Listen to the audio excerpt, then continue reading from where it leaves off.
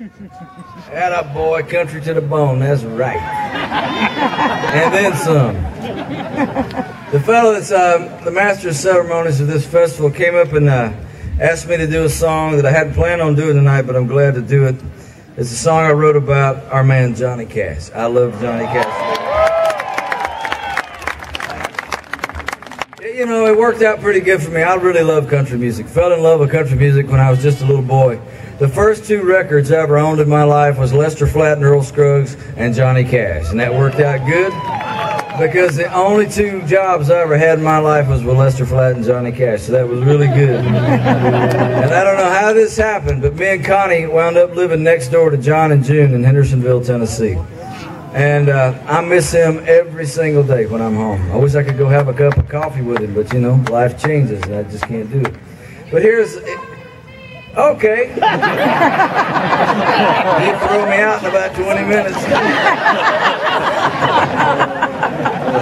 But I appreciate it. I'll take you up on it. But here's the story. After John passed away, I tried to do what a lot of songwriters did. I tried to write me a song about him to make me feel better, you know, and nothing ever would come, so I just kind of forgot about it. And here's the deal. There's a piece of ground between our house and his house that in the 1960s, Roy Orbison had a house there. And a tragedy happened there one night. Two of his sons were playing with hairspray and a cigarette lighter. And it caught on fire and burned the house down and took the boys' lives. And so Roy never wanted to live there again. So the truth is he sold that piece of property to John for $1. And John promised Roy that he would never build anything on that ground, but he would plant living things in remembrance to those boys. And his version of living things was trees. You can turn that walkie-talkie off if you want to. Ain't nobody gonna hurt me. You're doing a good job, though.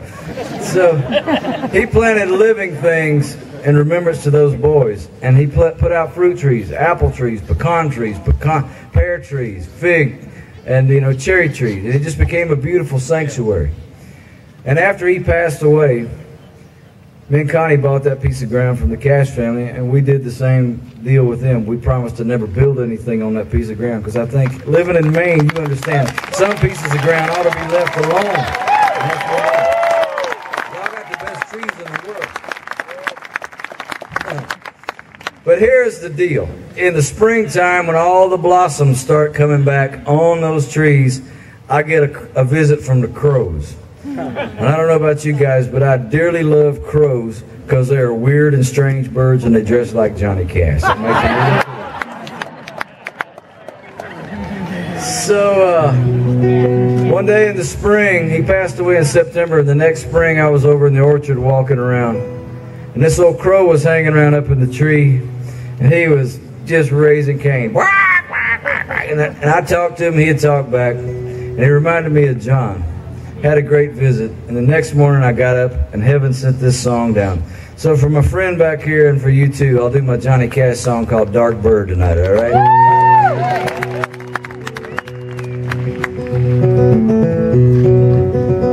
True story.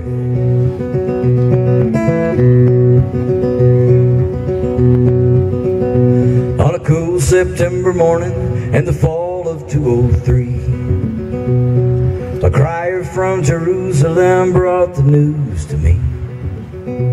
His words were sharp and dreaded, and they made a lonesome sound. They snapped my heart in two like a stick stepped on the ground. Well, I cried and cried and cried at the cutting of the pain. Then I quietly said goodbye. So long in Jesus' name. Dark bird, watch you fly. Dark bird to another sky. And I'll bet you were a sight when you hit that cloud of love and flew out the other side.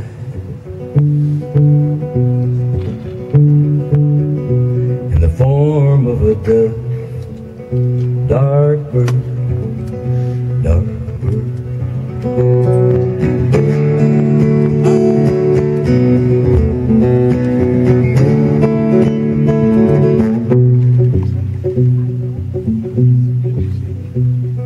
6'1" and a box steel and a pretty coat of black.